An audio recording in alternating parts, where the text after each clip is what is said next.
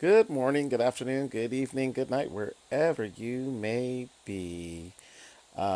Star Citizen Live Tech Talk with Benoit. I'm going to mess up this name. Uh, Beausejour.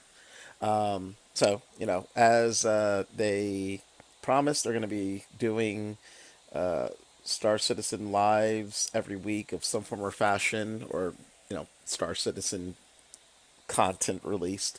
Um, to guess keep us more informed, as this is a 2 hour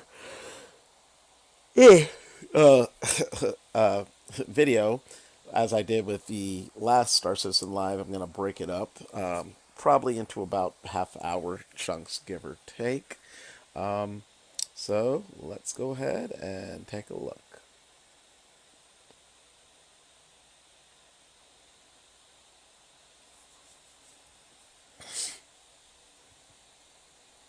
Hi, everybody. Hey, Jared. Welcome to Star Citizen Live Tech Talk with Benoit Beausejour. Beausejour. I'm your host, Jared Huckabee, and if you've never seen Star Citizen Live before, lucky you. No, it's where we take usually about an hour out of our week and we chat with the developers on these special shows that we do with our good friend, Chief Technology Officer and all-around swell guy, Benoit Beausejour. We usually take a bit longer. Last time we took 3 hours. The time before that, it was close to 3 hours. I feel like it was maybe 2.5 hours. This time we're clocking in at about 2 hours because we have meetings that we have to go to at about 2 hours. So, yeah. I'm running out of gas. What else do I do in the intro? Jared is. Oh, I got to introduce the person. So, I've mentioned this person in Benoit Beausejour a few times. So let's go ahead and meet Benoit Beausejour. Benoit? Hi. Hi. I have to say I'm impressed with your pronunciation. It's been like 12 years now. No, but it keeps getting better. Every time it's better. I practice privately. There you go. I know. Thank you, everybody. Hi, everybody. Tell everybody who you are and what you do for Star Citizen. So I'm Benoit Beausejour. You want me to say it again or no? Okay, good. No. I am the Chief Technology Officer at CIG. So I guess the best way to describe it is if it has a computer chip in it, I'm kind of involved in a way. Okay. So I run the engineering teams, Star Engine Group, and I meddle with all areas of the game, trying to get us forward to our 1.0 release. Meddle's a good word. Yeah. My blood sugar is weird or something. I can't see with my glasses. I'm seeing better without my glasses, so we're going to take off my glasses. Although I'm going to have to do the show like this. Now I can't see everything else, but I can see this. This is important. All right, so on these shows, on these special Tech Talk shows, I think, we are going to cover a variety of topics. So these topics have all been discussed ahead of time. We worked out. Benoit, as involved as he is with so many aspects of the game, still needs to be afforded the opportunity to check in with other directors and get updates on what they're doing and everything, so that we can provide you the most up-to-date and accurate information. So this will be a show that's less about taking questions from the chat or from the community, and more about just a very candid conversation about the current state of the game, the development, where we've been, where we are, where we're going, that stuff like that. So I've divided the show up at this point into sort of three segments. I'd switch teams for Benoit. Wow. Oh, that wasn't in chat. I was just talking myself. No, that wasn't chat. Send a DM after the show. That's not appropriate. So we're going to start the show with updates to existing endeavors. So this is the third one of these we've done. We've talked about a couple of things. So I'm going to update on a few of these topics that we've been covering through this before the second section where we get into some new things that we haven't discussed. Cool. So let's start with the biggest one, which is server meshing. Yeah. We're now a year on. We talked about it ad nauseum leading up to this thing. Yeah. It's now been out a year. This is probably the last time we're going to talk about it for a while again, until Dynamic comes, and we're not going to put any dates on that. So let's put the story of server meshing, let's put a button on the story of server meshing. Sure. And I'll break it down into 4 sections. How's it gone? How's this last year been? Well, so like if I recap, like almost same date last year, Almost, yeah. was when we actually launched 4.0 and server meshing actually went to the live environment. And so, yeah, it's kind of the 1 year anniversary of the tech being available for all players. It's been surprisingly solid.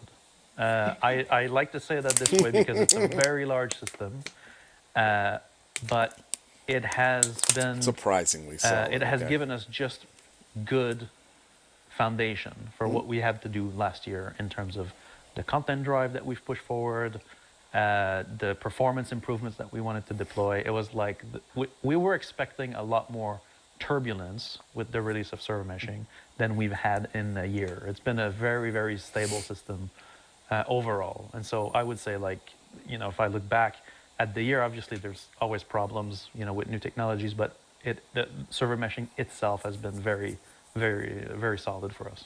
Okay. So in the, quite frankly, years leading up to it, talking about it, it began to get this mythology that it was going to be this silver bullet, that it was going to be this one-stop fix that was going to fix so many issues.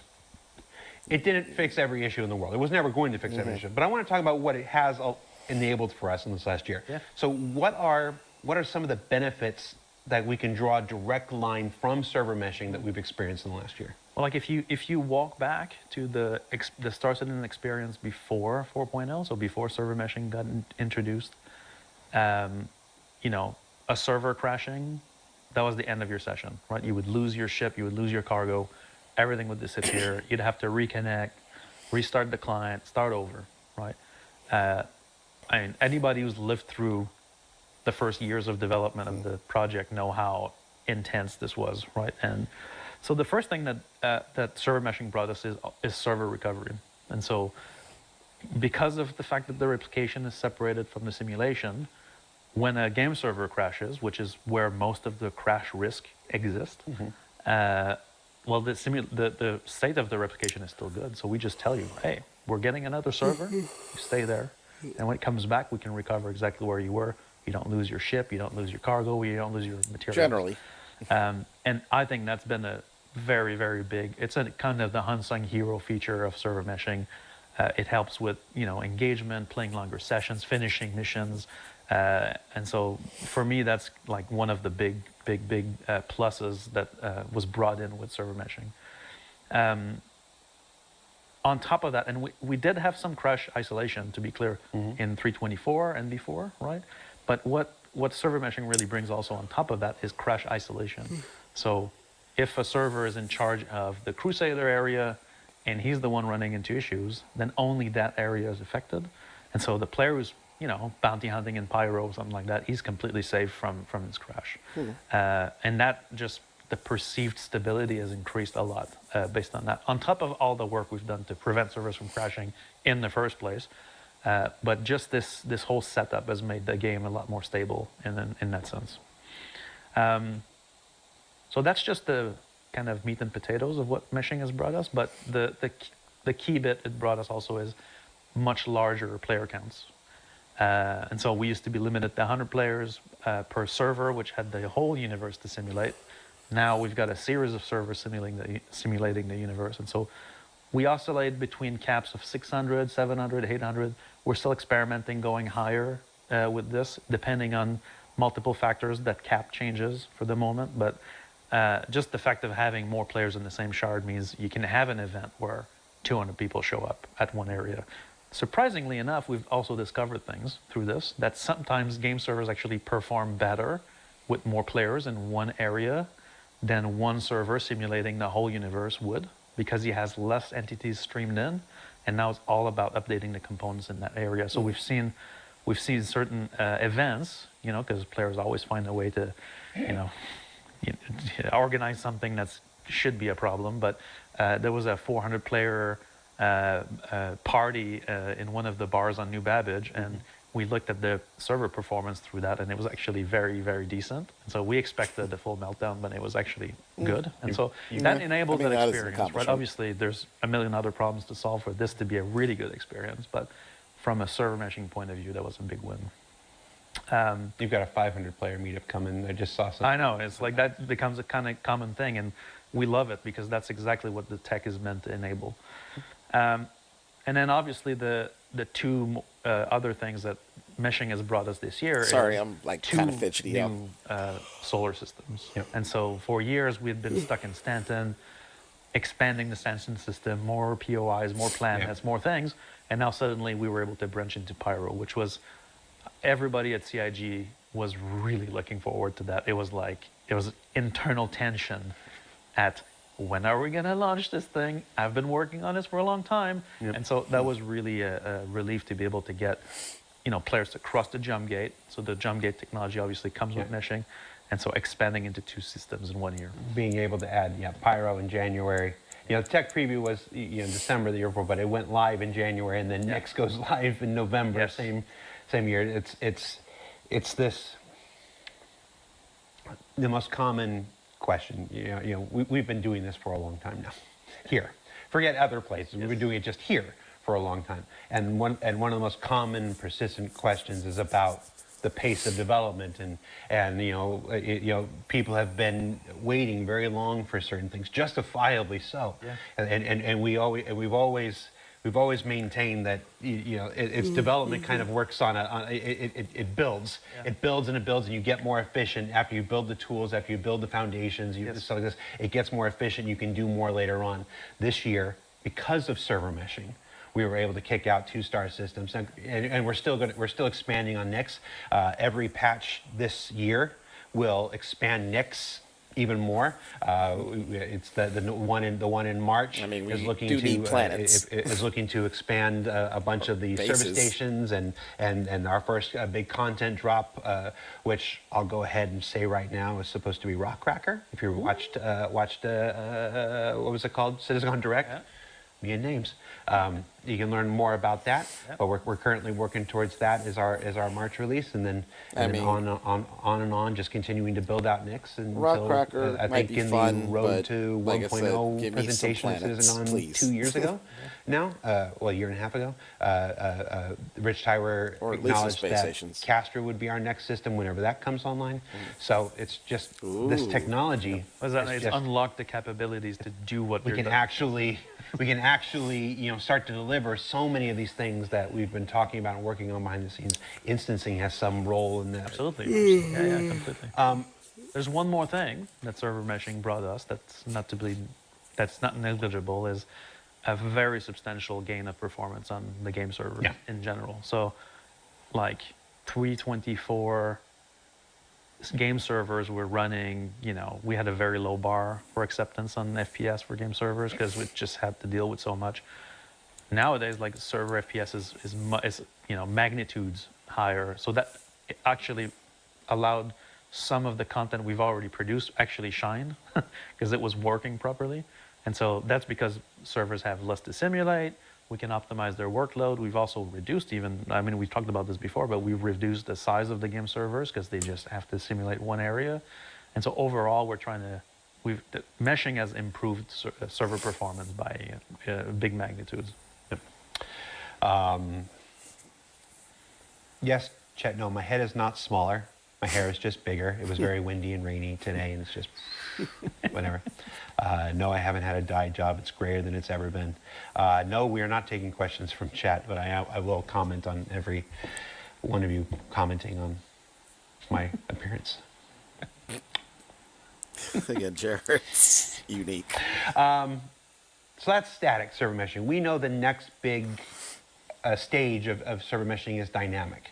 Okay. What can you tell us, if anything, about that? Well, so the dynamism in the mesh, Dynamism? right? Dynamism, I guess. So we're running out of words internally to define what the next step of server meshing is. Currently, we're working on quasi-dynamic server meshing, which is we're trying to iterate on the static mesh, right, to bring it so that if an area is empty, right, and nobody's there, we can spin down a server. And if people go to that area, we can spin up a server. To achieve all this, all of the mechanics required for a full dynamic mesh need to be there. So like mass authority transfer between servers, because when a server goes out, and it has X amount of entities that it currently has authority over. To give all those it needs to entities give the that server. to another one, and that obviously you don't want that process to lock up the parent server. So that whole mechanism is what we're working on at the moment. In fact, we've done over the break, the team has actually reached a milestone. We were able to run with our internal testers a test of quasi-dynamic server meshing internally, so that's good. I mean, it's the first test, so it's a bit rough, but it basically requested, I think, 200 servers to run the mesh. That was a little bit of a but yeah, our ops teams, Ahmed specifically, I got a call from Ahmed immediately. But anyway, So wait, you've been calling it quasi-dynamic, and I've been trying to workshop a new name for you, and I've just got just a little bit of dynamism.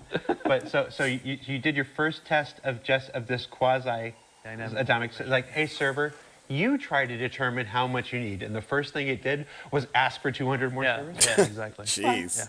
Yeah. A little bug in the assignment system, but that sounds like human nature. correct. So that's what we're working on right now. That's the next step towards the full dynamic mesh, right? Obviously, the goal with the dynamic mesh, just to recap it, is that instead of having a subdivision that we pre-make in advance, like currently, every patch we look at the territory assignment, is what we call it, of like what's coming, like, oh, we have an event at this place, and most players are going to go to this system, and so we adjust the mesh, right? And sometimes we get it wrong, and it's a very manually intensive process, and we don't want to keep doing that. So the goal with the dynamic mesh is to be able to just adapt to where the players are, the cost of the location they're in, to be able to provision compute dynamically up and down. So there's also the unfortunate cost equation. In theory, in this, right? The current static mesh will always provision the server for every territory that's configured. And so there's a little bit of savings we can go and get there. But more importantly, the dynamic aspect of it is to be able to always make sure that the proper compute is available for players when they're in an area doing something, right? So that's the goal. Chat's debating whether the servers have actually achieved AGI and have played the game, and they're just like, we've played the game.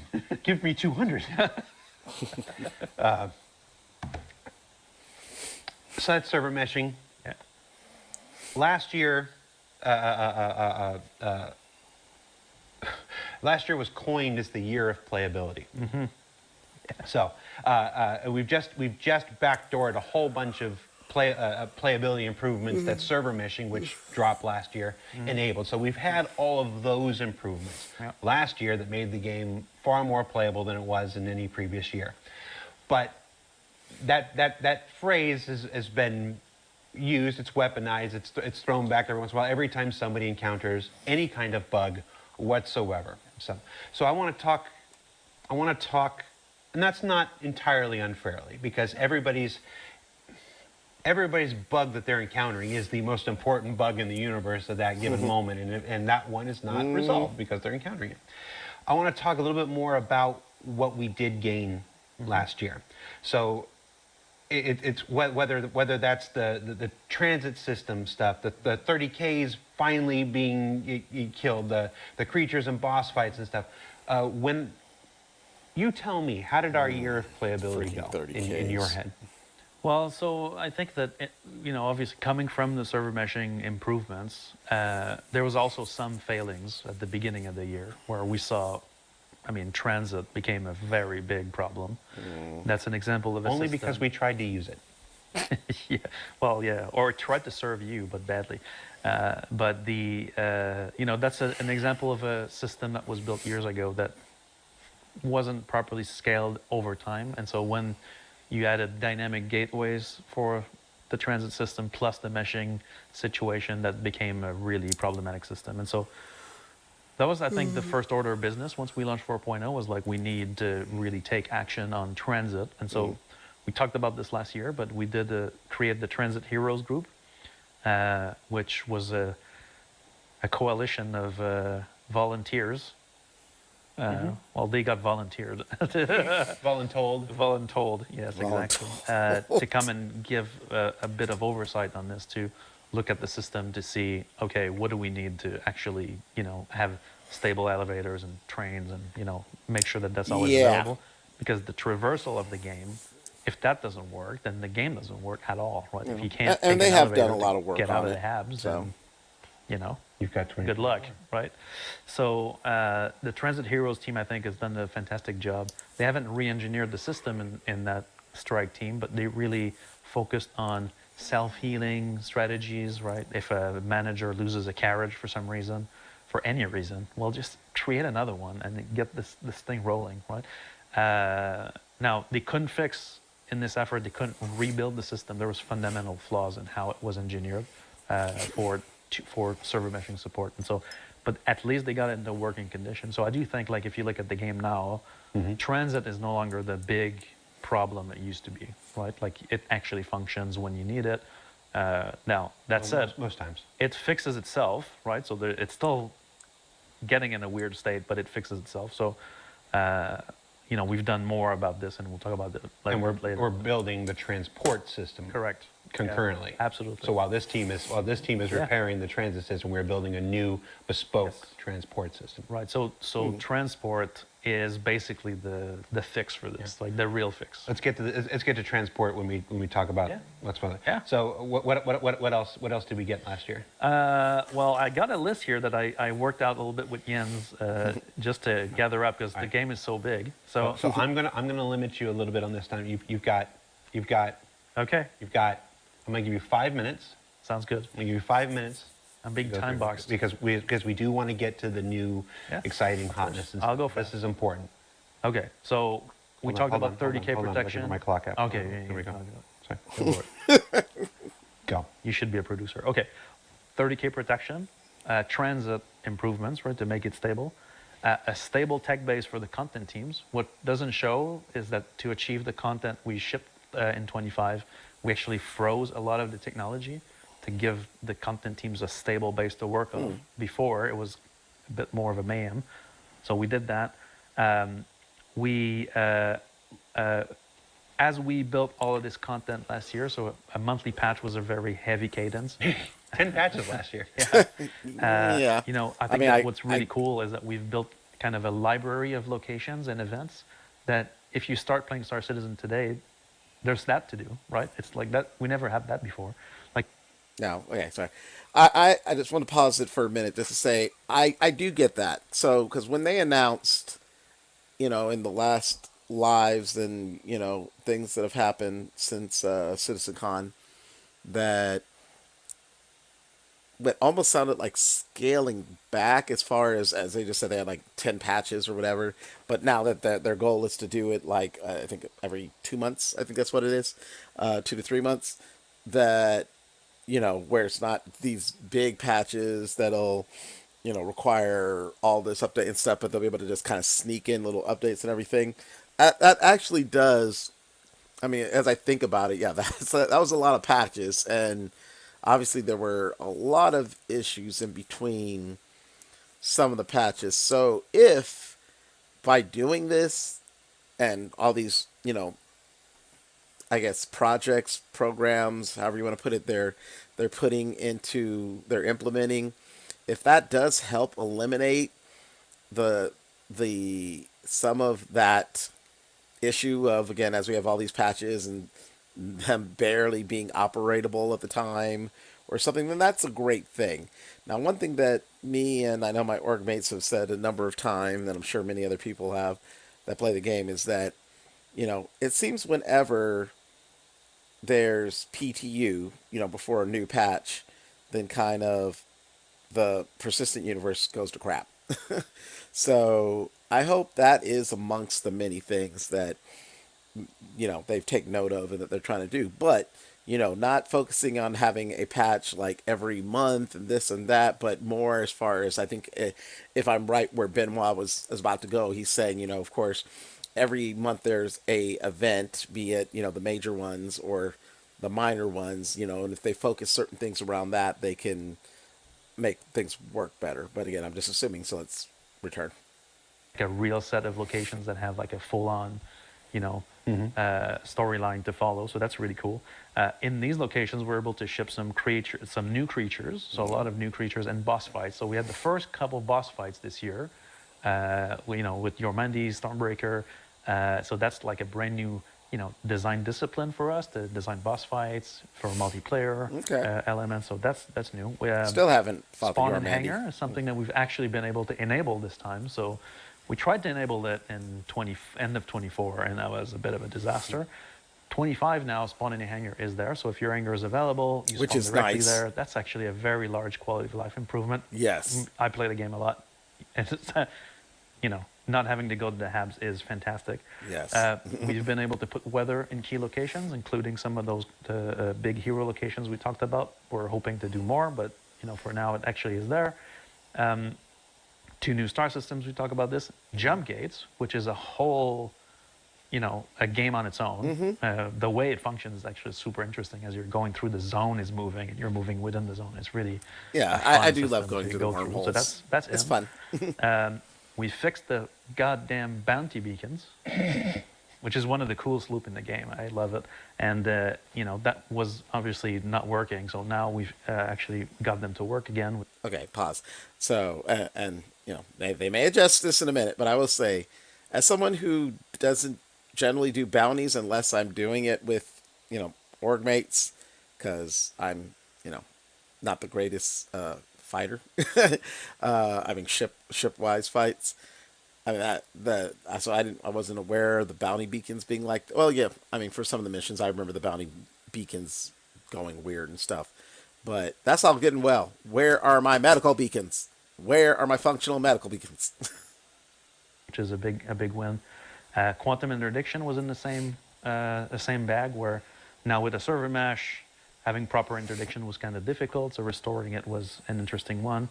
We had to actually build systems to allow that, because not every server has a view of the entire shard anymore, and so in order to interdict cross-server, you needed to have a special tech to do that. That fixed also quantum linking. Now, routing is still...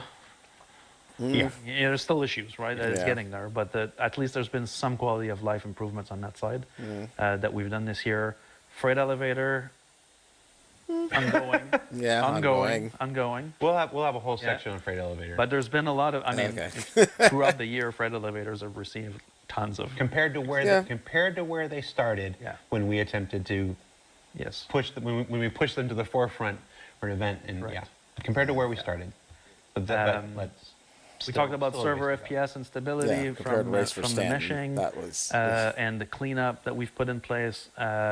Also, we've pushed at the middle of the year. It came for you guys at the end of the year, but actually we merged it at the middle of the year. But a whole new tech base, including at least a year of graphics update, including Vulkan, coming into the game now. That was what my will computer allow us cannot this year handle to do Vulkan. some pretty large changes as well. The first weaponized mech, so the Atlas ICT came in, so that's also a really big boost.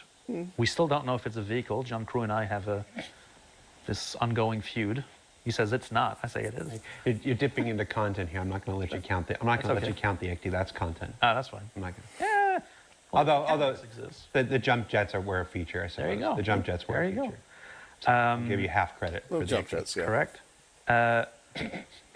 Thank you. Thank On you. the I will Geo take that. and Geo Comms notification got a big facelift. That's something that we want to use a lot more of, and so we needed the proper tech to be able to render that properly, and not just the equip lines, which you need more immersion than that. So that was actually a pretty big thing with facial animations and Yeah, which I do tracking, like. and so that's in there. And then cross shard progress for events. So what powered a lot of the content this year was a new service in the background of the game called the scenario service, which whether you're doing clean air or the resource drive last year, the cross shard progress of these events is tracked by the scenario system, and so that's how we were able to show tables about how many resource drives and resource drives, stuff like that. Exactly.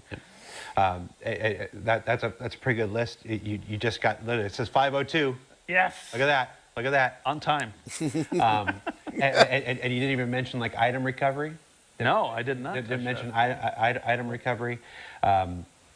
And there was one other that I had until I got distracted by my own clock. It's all a blur. I got distracted by my own clock. Basically, it's hard. Let me think about how I want to say this.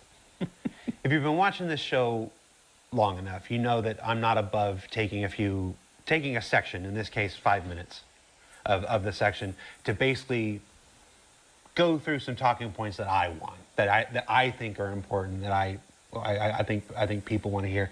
It is, we have had things like the year of playability thrown back at us in comms, and what you see, I tune into a Twitch stream or YouTube stream, and and somebody gets a very frustrating experience. I was looking at an experience of somebody, just going to town with their whole C, and they went through a jump point, and it took them trying to go to one system, it kicked them back out to the next system, and the thing crashed, and then they got back in, and the spindles. They tried to open the spindles, but the spindles were closed, or looked closed, but they were actually open. So they were they were in the wrong state. Tried to get refueled, tried to go to refuel. The refuel thing wasn't working, and then stowed the ship and spawned the ship, and it didn't come back on the docking port. It came back in their hangar full of cargo, and it's like this. It's like, we acknowledge that. I'm sitting here saying we acknowledge those things. But there was so many massive improvements last year. You used an analogy last time we did with this about I think it was the big freight container, the big giant Suez Canal shipping things, that you don't just turn the direction around, you don't just spin the wheel and suddenly you're facing a new direction. It takes time to move these things. And the efforts of your teams and the people under you, these strike teams, these hero teams as you call them, to turn this ship that we call the persistent universe around in the last year, has been phenomenal. If I'm allowed to have a personal opinion, being the shill for the company that I am, has been phenomenal. We haven't gotten everything. We still got another year. We still got another year. The work continues.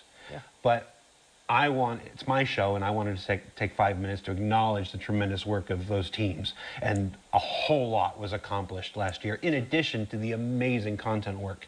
I said 10 patches, and I realized we actually had 11 because we kicked engineering out. Yeah. We kicked engineering out in December, so it was actually 11 patches. 11 patches in 12 months is pretty crazy. So you allow me to have a moment, to have some time to sit there and sing the praises of those people, because I've seen where we were, and I know where we are, and we're in a much better place now. Still It's just back the beginning of the still term. places to go. Yes. That scenario I just described was like last week, and we have still places to go. We're at Yes. 20. But it doesn't mean Okay.